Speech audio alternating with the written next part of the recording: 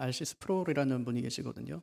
목사님이신데 그분 책을 좀 읽어보시면 아마 신앙 생활에 좀 도움이 많이 되시지 않을까 하는 생각을 많이 합니다. 그분이요, 구원에 대한 아주 중요한 메시지 하나를 전하셨어요.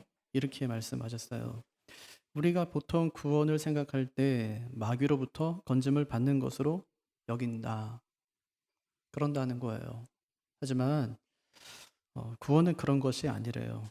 그는 구원은 하나님의 진노와 심판으로부터의 구원이다. 그렇게 말했어요. 맞는 말이죠.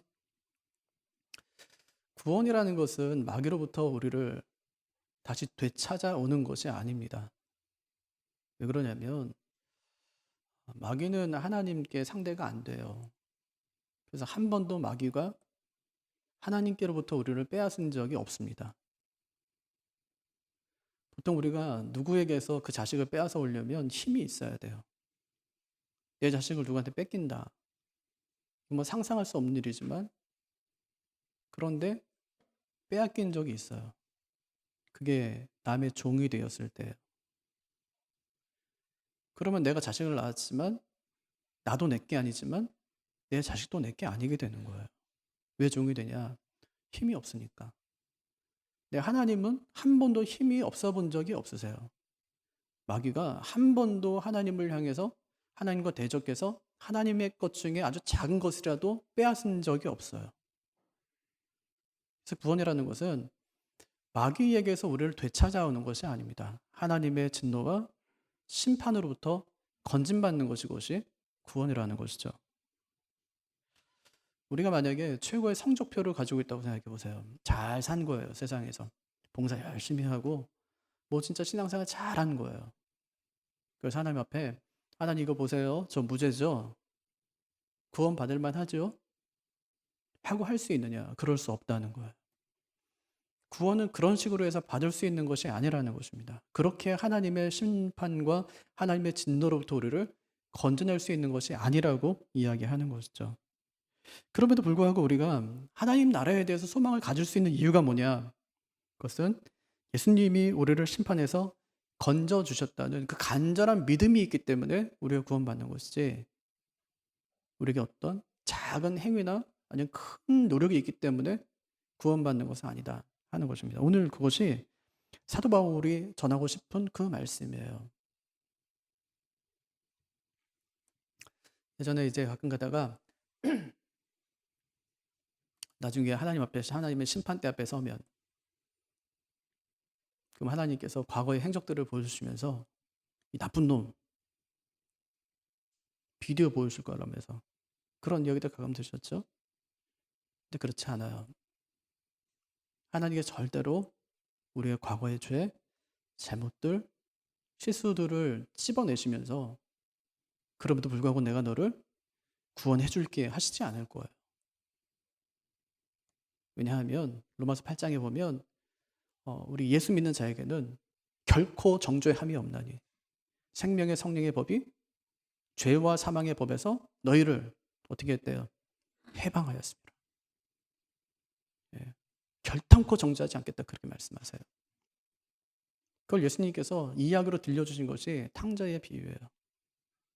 아버지 위해서 미리 땡겨가지고 나가서 이제 허랑방탕하게 산 거예요. 그리고 갈 데 없으니까 아버지께 돌아왔어요. 그때 아버지가 저 밖에서 그냥 뭐 걸음이라고도 할 수 없겠죠. 그 아들이 오는 것을 보면서 아버지가 달려나가서 그 아들을 맞이합니다. 손에 있는 가락지를 빼주는 거예요. 옷을 입혀라. 신발을 새로 신겨라. 이 아들이 돌아왔으니까 잔치를 베풀자. 정죄는 누가 하냐면 그것을 옆에서 지켜보았던 큰 형이 하는 거예요. 자기 형이. 그 형이 누군데요? 유대인들. 탕자는 누군데요? 가난하고 찢어지고 죄에 많다고 여겼던 그들이, 죄에 많다고 여겼던 그런 사람들, 죄인들. 그들이 구원받는 모습을 보면서 이들이 시기가 나는 거예요. 우리 늘 하나님 말씀 앞에 있었고 우리 늘 하나님 앞에 산다고 했는데 우리한테 주는 게 하나도 없으면서 왜 저들은 하나님 앞에 산 것도 아무것도 없고 죄만 짓던 사람들인데 그가 돌아오자 하나님께서 그렇게 할 수가 있습니까? 공정하지 않다는 거죠. 하나님께서 우리를 정죄하지 않으세요. 아들을 주시니가 정죄할 리가 있겠어요? 이상한 거 아니에요? 아들을 주시니가 우리를 정죄해요? 아니요. 이미 정죄는 예수님이 다 받으셨어요. 그럼 우리에게 주신 것이 뭐냐? 구원이에요. 사랑이에요. 그 선물을 우리에게 주신 겁니다. 바울이 전하고자 했던 복음이 바로 이거예요. 너희의 행위로 되는 것 아니다. 이상하죠? 그 복음을 전했는데 그때는 감격스러워가지고 교회가 세워졌는데 바울이 떠나고 나니까 이 사람들이 다른 복음을 쉽게 받아들이는 거예요. 바울이 이상했어요. 어떻게 저럴 수가 있을까? 그래서 하는 얘기가 다른 복음은 없습니다. 내가 여러분에게 전한 복음은 사람에게 배운 것 아닙니다.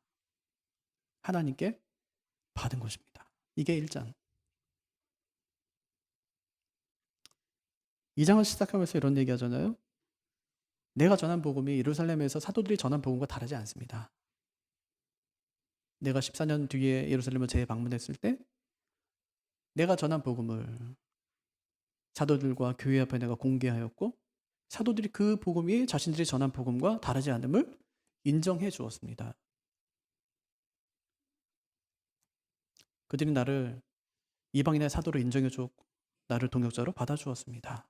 그 복음의 내용이 뭐냐? 16절이에요. 사람이 구원받는 것은 율법의 행위로 되는 것이 아니라 예수를 믿음으로 되는 것입니다. 그래서 우리가 예수를 믿었습니다.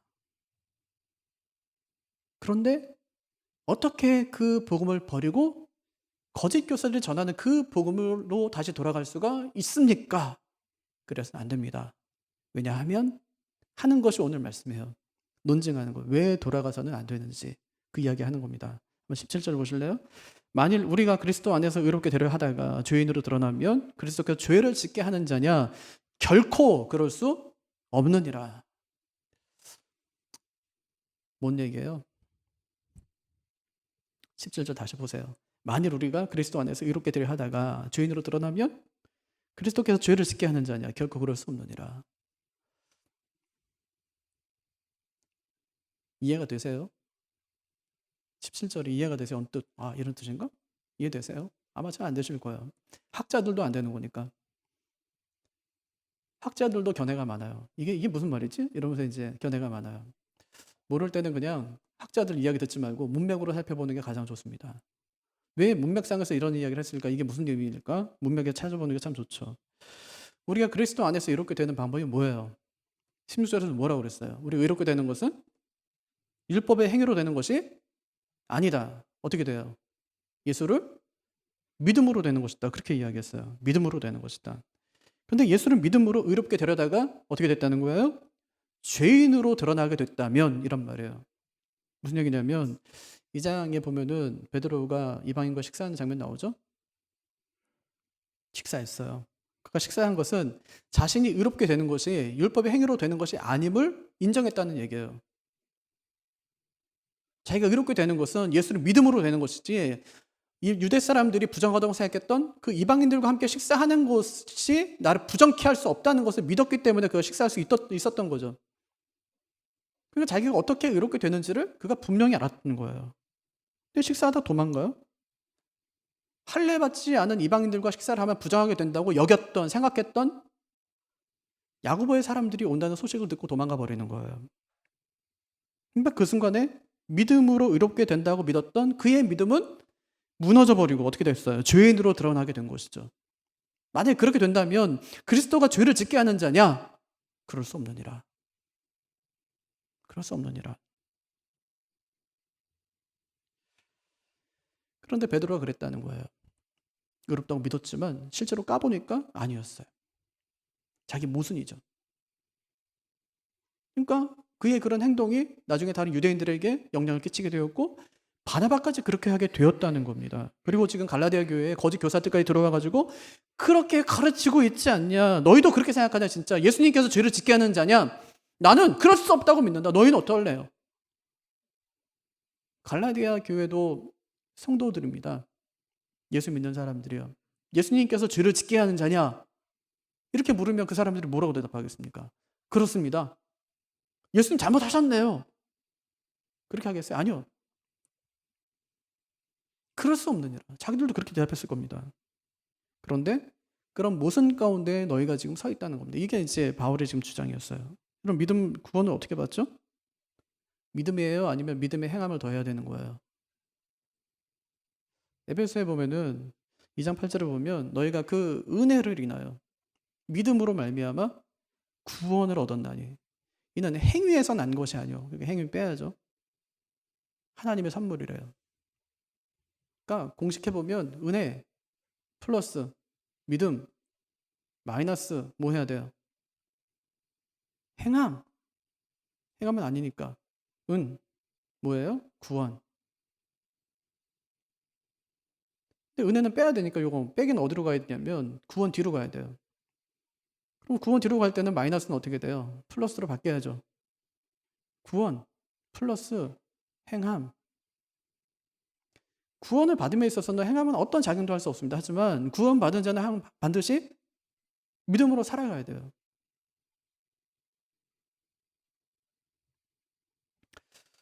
우리가 구원에 있어서 행함이 필요 없다고 하는 것은 내 공로가 아니라는 뜻이죠.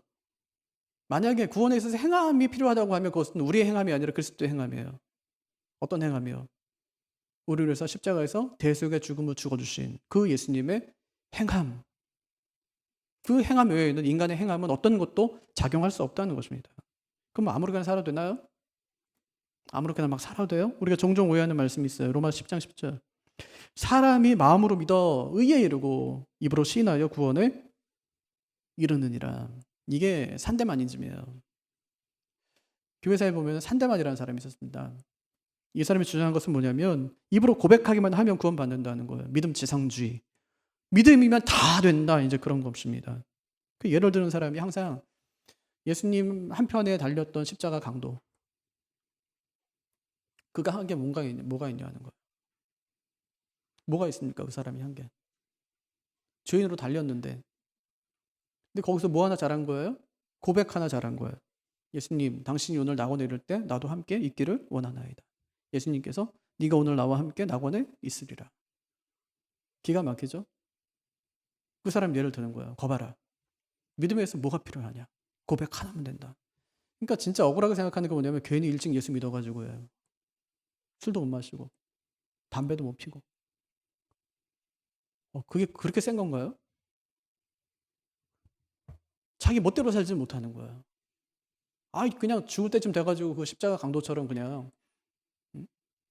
딱 고백 한마디만 하면 되는데 이래 생각하는 거예요. 근데 왜 그렇게 못하는 거죠? 언제 죽을지 모르니까. 그게 겁나는 거예요 또. 그러니까 믿음이 있는 거예요. 그러니까 없는 건 아니에요. 있는데 약간 좀 이렇게 불편한 거예요. 근데 그렇지 않아요. 강도가 한 일이 아무것도 없는 것이 아니라고요. 지난주에 국민일보에 박영동 교수님이 무시당하는 강도의 신앙이라는 글을 쓰셨어요. 이렇게 썼어요. 예수님 옆에서 십자가에 못 박힌 강도의 신앙이 평가절하되는 경우가 많습니다. 평생 죄 속에 살다가 죽기 직전에 예수 믿고 가까스로 구원받은 신자의 본보기로 제시되곤 합니다. 하지만 예수님 옆에 달린 행악자는 그렇게 마지막까지 은혜의 기회를 미루고 거부하다가 믿은 게 아니라 첫 번째 은혜의 기회에 믿은 것임을 기억해야 합니다. 최악의 믿음이 아니라 최선의 믿음이라 할 수 있습니다.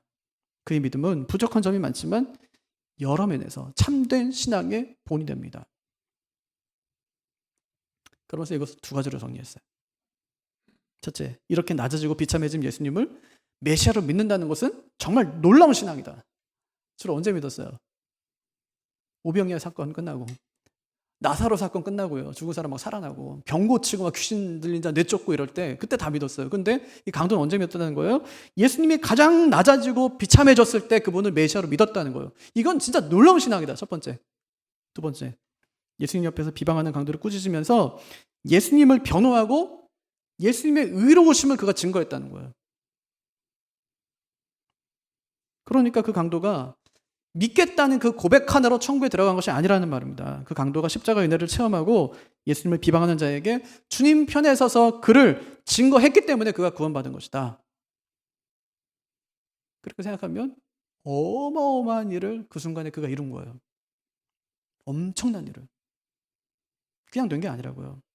야고보는요. 믿음이 그의 행함과 함께 일하고 행함으로 믿음이 온전하게 되었느니라. 그렇게 얘기해요. 여러분 어떻게 결혼하셨어요? 사랑해서. 돈 때문에? 아니잖아요. 사랑해서. 사랑해서 결혼했잖아요. 제가 신방 가면은 가끔 가다가 물어요. 어떻게 결혼하셨어요?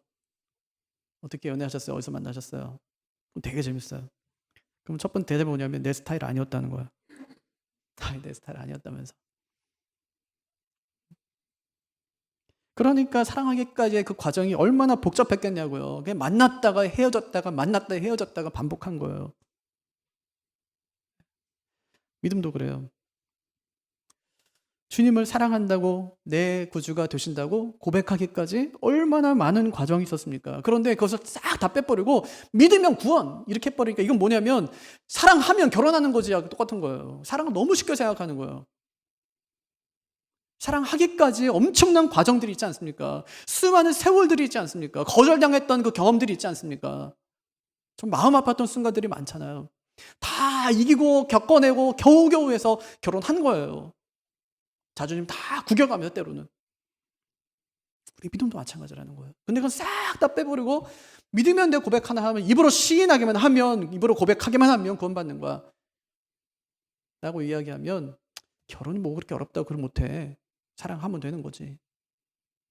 전 진짜 어떤 목사님 얘기 듣고 충격을 받은 적이 있어요. 젊을 때. 자기는 아무거나 결혼할 수 있대요. 그 목사님이 설교 때 젊은이들한테 얼마나 영향력이 있는지 몰라요 그분이. 근데 설교 듣는데 뭐라고 하냐면 난 아무거나 결혼할 수 있대. 이 바보 같은 놈들이 결혼도 못한다는 거예요. 아무거나 결혼하면 되지. 사는 얘기가 사랑해주면 되지 그러더라고요. 사랑해주면 되지. 그게 되나요? 그게? 사랑해주면 되지. 말은 쉽지만 또 그 목사님 너무 많이 사랑해줘가지고 나중에 교회에서 문제가 일어나서 교회 쫓겨났어요. 그게 쉬운 얘기가 아니라고 결혼이 그렇게. 믿음의 이 과정이 엄청나게 어려운 일이란 말이에요. 자기 부인이 필요하니까. 자아실현까지 가려면은 인간의 가장 저급한 욕망부터 시작해 자아실현까지 가려면은 이 믿음의 연단의 이 과정이 얼마나 힘들고 어렵냐고요. 그래서 바울이 자신이 자신의 믿음 사건을 다메섹 도상에서 끝내질 않아요. 그때 내가 구원받다 이렇게 하지 않습니다. 고린도전서 9장에 보면은 내가 내 몸을 좀 복종시킨다는 거예요.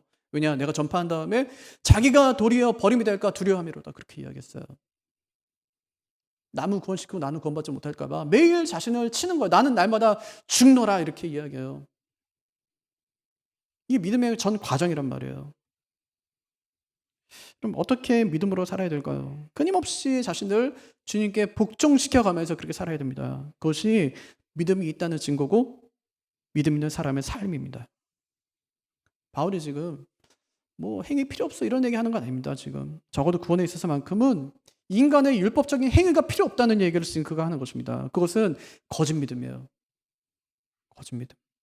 자신이 이미 예루살렘에 재방문했을 때 허물어버린 그런 이론이었다고 이야기하는 거예요. 율법의 행위로 구원받는다는 그 사실은 허물어진 이론이라는 거죠. 그래서 하는 말이 18절이에요. 만일 내가 헐었던 것을 다시 세우면 내가 나를 범법한 자로 만드는 것이라. 바울이 헐었던 것이 뭐죠? 율법의 행위, 음식 규정, 무슨 뭐 안식일 규정, 정결 규정 이런 것들을 다 허문 거예요. 이런 것들 다 허물고 복음으로 자유를 갖다 허락한 거예요. 선언한 거예요. 이제 와서 그런데 율법의 행위를 다시 끄집어내고 다시 세우게 되면 그것은 나에 대한 모순이라는 거예요. 17절에서 베드로가 그런 모순을 저질렀듯이 나는 그런 모순을 저지르지 않는다는 거예요. 베드로의 그 모순을 나는 반복하지 않는다는 말입니다. 그래서 어떻게 하기로 했다는 거예요? 19절 율법에서 죽고 하나님께 대하여 살았다. 그렇게 얘기하죠. 19절 내가 율법으로 말미암아 율법에 대하여 죽었나니 이는 하나님에 대하여 살려 함이라. 율법으로 말미암아 율법에 대하여 죽었다. 어려운 표현이거든요. 율법으로 말미암아 율법에 대하여 죽었다. 율법 때문에 율법에 대해 죽었다. 어렵지만 그냥 그리스도 때문에 율법에 대해 죽었다. 이렇게 이해하면 좋아요. 그리스도 때문에 율법에 대해 죽었다. 율법에 대해 죽었다는 건 무슨 뜻일까요? 로마서 7장 3절에 보면 아주 잘 설명되어 있어요. 이렇게 얘기하거든요. 그러므로 만일 그 남편 생전에 다른 남자에게 가면 음녀라. 이거 여자에게 하는 말이에요. 그러나 만일 남편이 죽으면 그 법에서 자유롭게 되나니 다른 남자에게 갈지라도 음녀가 되지 아니하느니라. 어느 여자가 있었는데 남편이 있어요. 그런데 다른 남자한테 가요. 그럼 그 여자는 불륜이죠. 그죠? 음녀다. 하지만 남편이 죽으면 그때는 가든지 말든지 상관이 없다. 왜냐? 죽으면 그 관계가 끊어지기 때문이다. 그런 얘기예요. 율법에 대해서 죽었다는 것도 마찬가지입니다. 우리가 그리스도로 말미암아서 율법에 대해서 죽었잖아요. 그랬더니 이젠 더 이상 율법의 저촉을 받지 않게 되었다. 그렇게 이야기하는 거예요. 죽었나요? 죽었어요. 언제요? 예수님께서 오셔서 십자가에서 못 박혀 죽으셨을 때. 예수님께서 죽으신 것은 율법의 모든 요구를 예수님이 십자가 위에서 완성하신 거예요. 내가 율법을 폐하러 온 줄로 아니냐? 아니다. 도리어 완전하게 하러 왔다. 율법 요구가 뭔데요? 죄는 죽는다는 것 아닙니까? 예수님께서 인간의 모든 죄를 짊어지고 죽었어요. 율법의 요구를 완성하신 거예요. 더 이상 율법이 우리에게 요구할 것이 없어요. 왜? 다 지불했으니까 값을. 그게 샬롬이에요. 값을 지불하다 이런 뜻이거든요. 어원에 보면. 빚졌어요. 빚을 갚은 거예요. 더 이상 이제 나한테 요구할 것이 없어요. 그래서 평화의 관계가 이제 이어지게 된 거예요. 이제부터 시작되게 된 거예요. 그게 샬롬이거든요.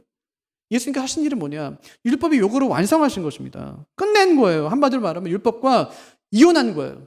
이혼했어요. 법적 정리 끝냈다는 말입니다. 더 이상 율법의 권세 아래 우리가 살지 않아도 되게 된 거예요. 그런데 이혼해놓고 자꾸만 그 집에 가서 기웃거리는 사람이 있다는 거예요. 마치 아직까지도 그 집에 들어가서 자기가 한 식구인 것처럼 무슨 영향력을 행사할 수 있는 사람인 것처럼 행동한다는 거예요. 그러면 그건 정상이냐는 말이죠. 아니요. 법적 제재를 받아야 되는 상황이 된다는 말입니다. 더블 제퍼디라는 영화가 있어요.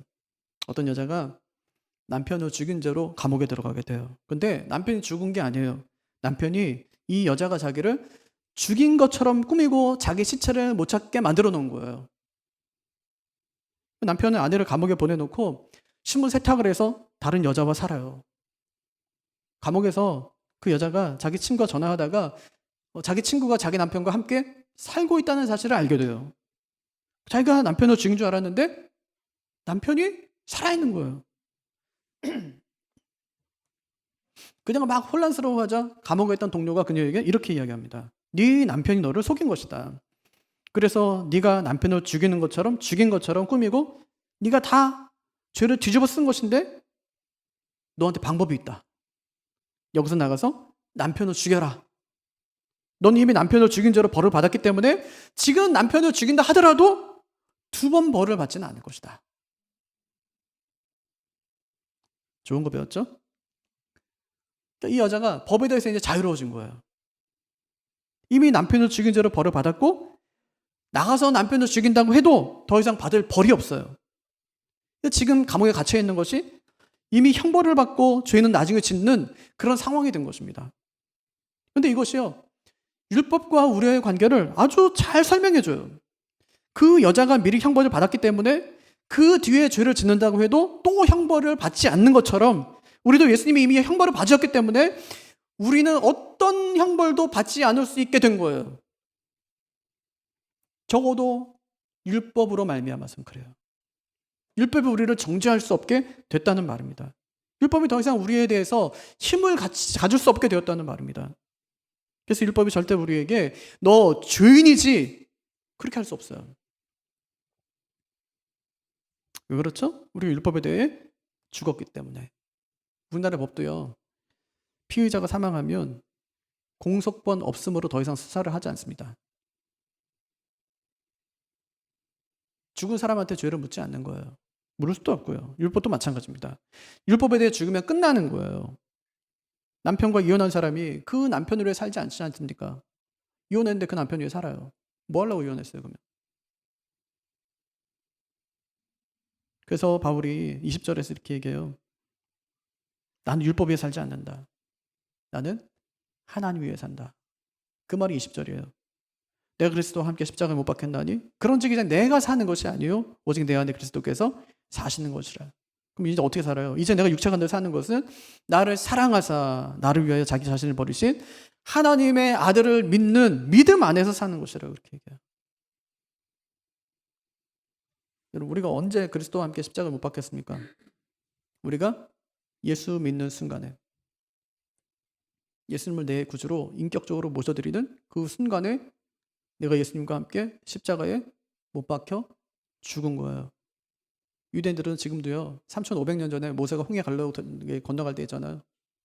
쫙 홍해 건너갈 때, 그때 내가 거기 있었다고 믿어요.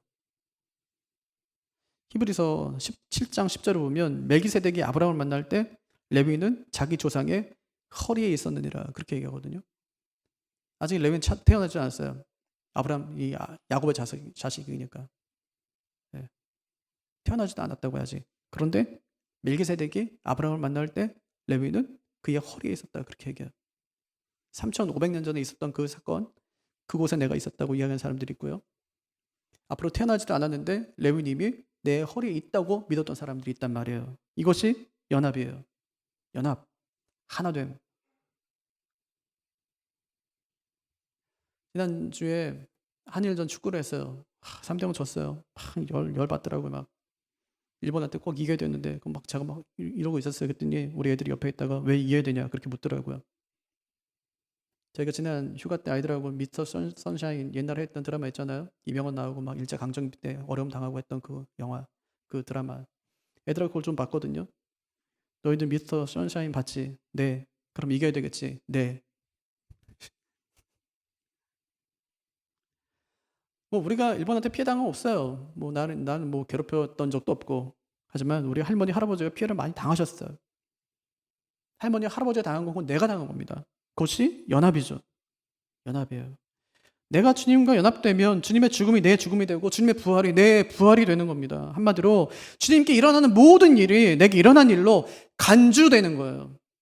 간주, 그것이 연합입니다. 그러니까 내가 그리스도와 함께 십자가를 못 박겠다는 말은 내가 실제로 어느 순간에 십자가를 못 박겠다는 말이 아니라 주님을 믿음으로 내가 주님과 연합됐기 때문에 주님께 일어난 일이 곧 내게 일어난 일이 되기 때문에 내가 그리스도와 함께 십자가에 못 박힌 것이 된다는 말이에요. 그래서 이제는 어떻게 살게 되었다는 거예요? 근데 이제는 내가 사는 것이 아니에요. 왜? 연합됐으니까. 오직 내 안에 그리스도께서 사시는 것이라. 너희가 내 안에, 내 말이 너희 안에 구하면 무엇이든지 원하는 대로 구하라는데 그래 하면 내가 이루겠다, 그렇게 말씀하시죠? 연합이에요.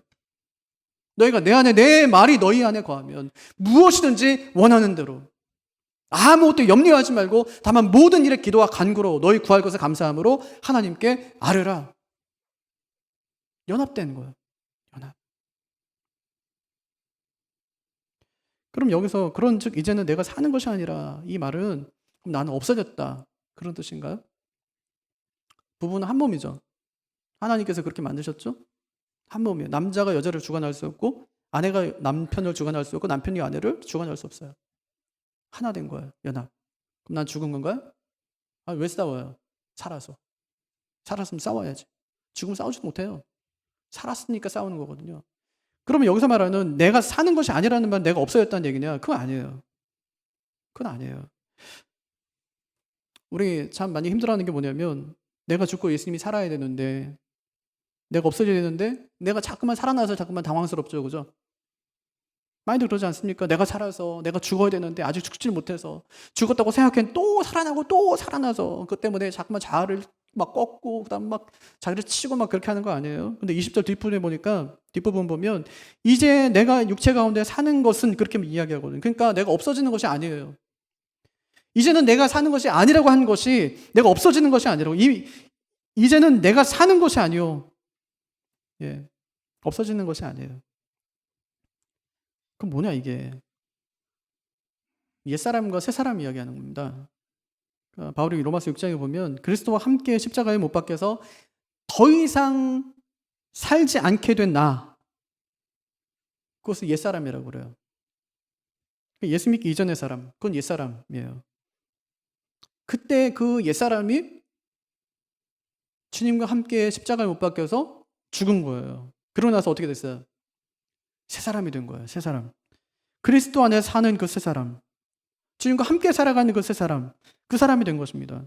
그러니까 옛사람은 예수 믿기 이전에 나 혼자 살았던 삶을 이야기한다면, 새 사람은 예수님과 함께 사는 그런 삶을 이야기하는 겁니다.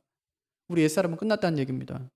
이제 그리스도와 연합했기 때문에 새 사람의 시대가 열렸고 새 사람은 율법의 인도가 아니라 성령의 인도를 따라 사는 사람을 이야기하고 있는 거예요. 그러니까 내가 그리스도와 함께 십자가에 못 박혔나니 그런즉 이제는 내가 산 것이 아니요 오직 내 안에 그리스도께서 사신 것이라는 이 말씀의 뜻은 내가 예수님을 믿는 순간에 지금까지 내 마음대로 살아온 삶은 이제 끝났고 이제는 주님을 모시고 사는 새로운 삶이 시작되었음을 말씀하는 이 말씀이라는 말입니다. 이것을 새로운 삶, 새 사람 이렇게 이야기하는 거예요. 옛사람은 지나고 새 사람이 되었다는 거예요. 근데 문제가 있어요. 새 사람이 됐는데 여전히 육체 가운데 산다는 거죠. 보세요. 이제 내가 육체 가운데 사는 것은 여기서 말하는 육체는 뭘까요? 아직 부활하지 않은 몸. 우리 지금 이 육신, 연약한 육신 이걸 말하는 거예요. 죽음의 지배를 당하는 그런 인간의 몸.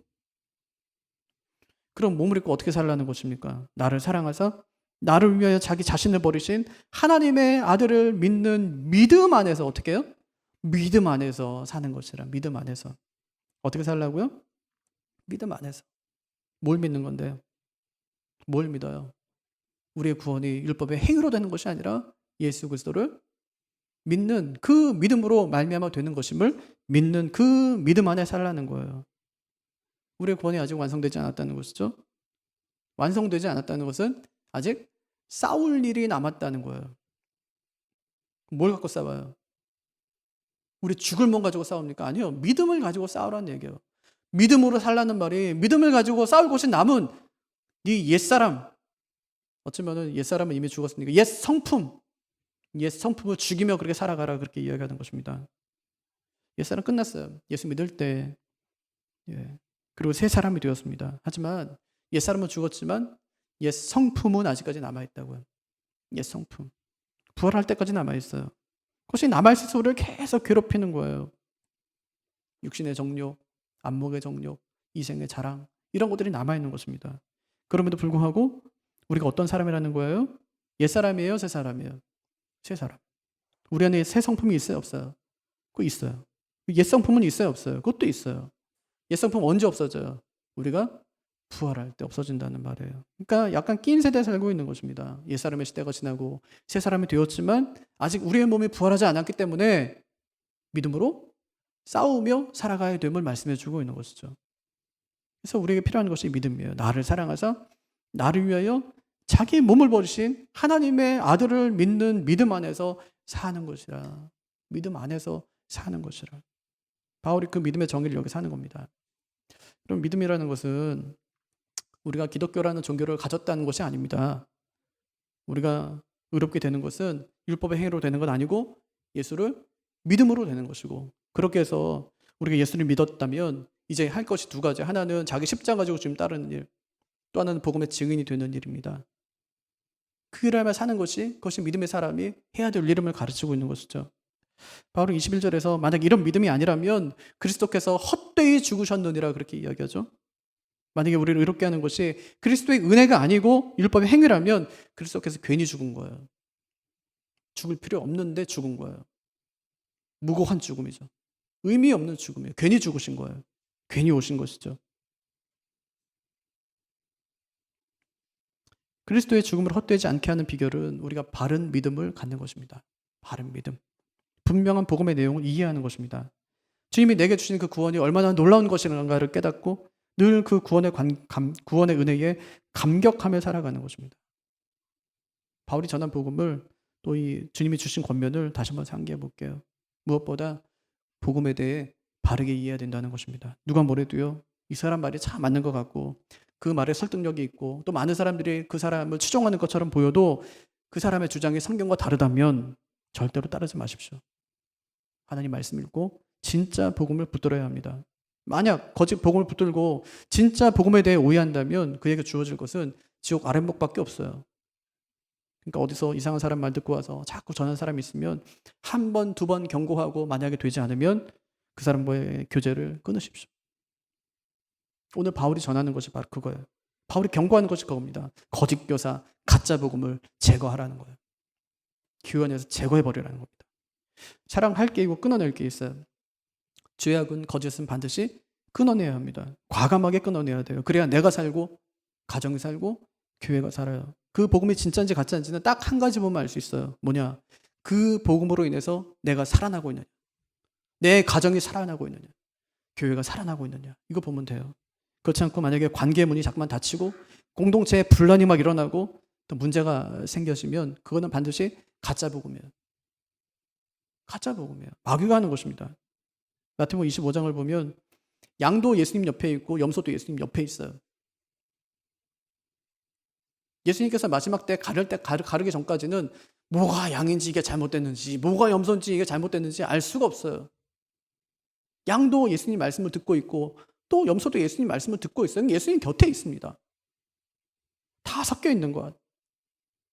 그땐 몰라요. 다 섞여 있으니까. 하지만 때가 되면 양은 예수님 오른편에, 염소는 예수님 왼편에 서게 하실 날이 와요. 양은 하나님 나라 상속받지만 염소는 영벌에 처하게 된다. 그렇게 말씀하시죠. 비슷한 건 가짜예요.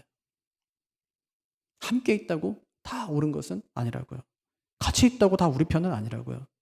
가짜에 속지 말고 진짜 붙들고 살기를 바랍니다. 성경만이 진짜예요. 이거 안 읽고 모르는 사람이 꼭 가짜에게 당해요.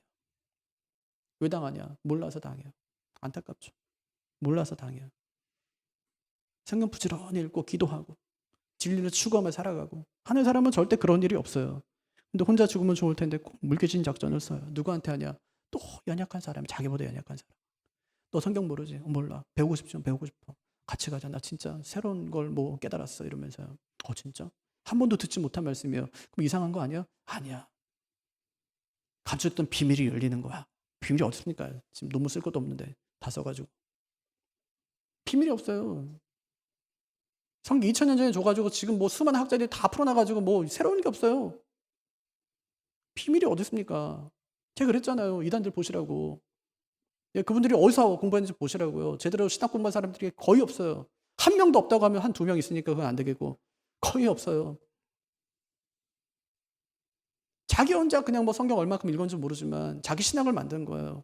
자기 신학도 아니에요. 사실은 옛날에 이단들이 이야기했던 그 이단들의 이야기들을 계속 듣고도 계속 이제 계승받고 받아들여서 자기도 이제 그 행세하고 살아가는 거예요.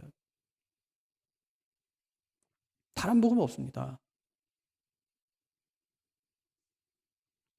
내일부터 이 고난주간이 시작됩니다. 한 주간 동안 진행되는 이 십자가의 메시지를 통해서 복음의 진수를 깨닫게 되시기를 바랍니다. 복음의 삶을 사는 또 복음으로 우리 인생을 멋지게 또 살아내고 마감할 수 있는 그런 우리 모두가 되기를 주님의 이름으로 축복합니다.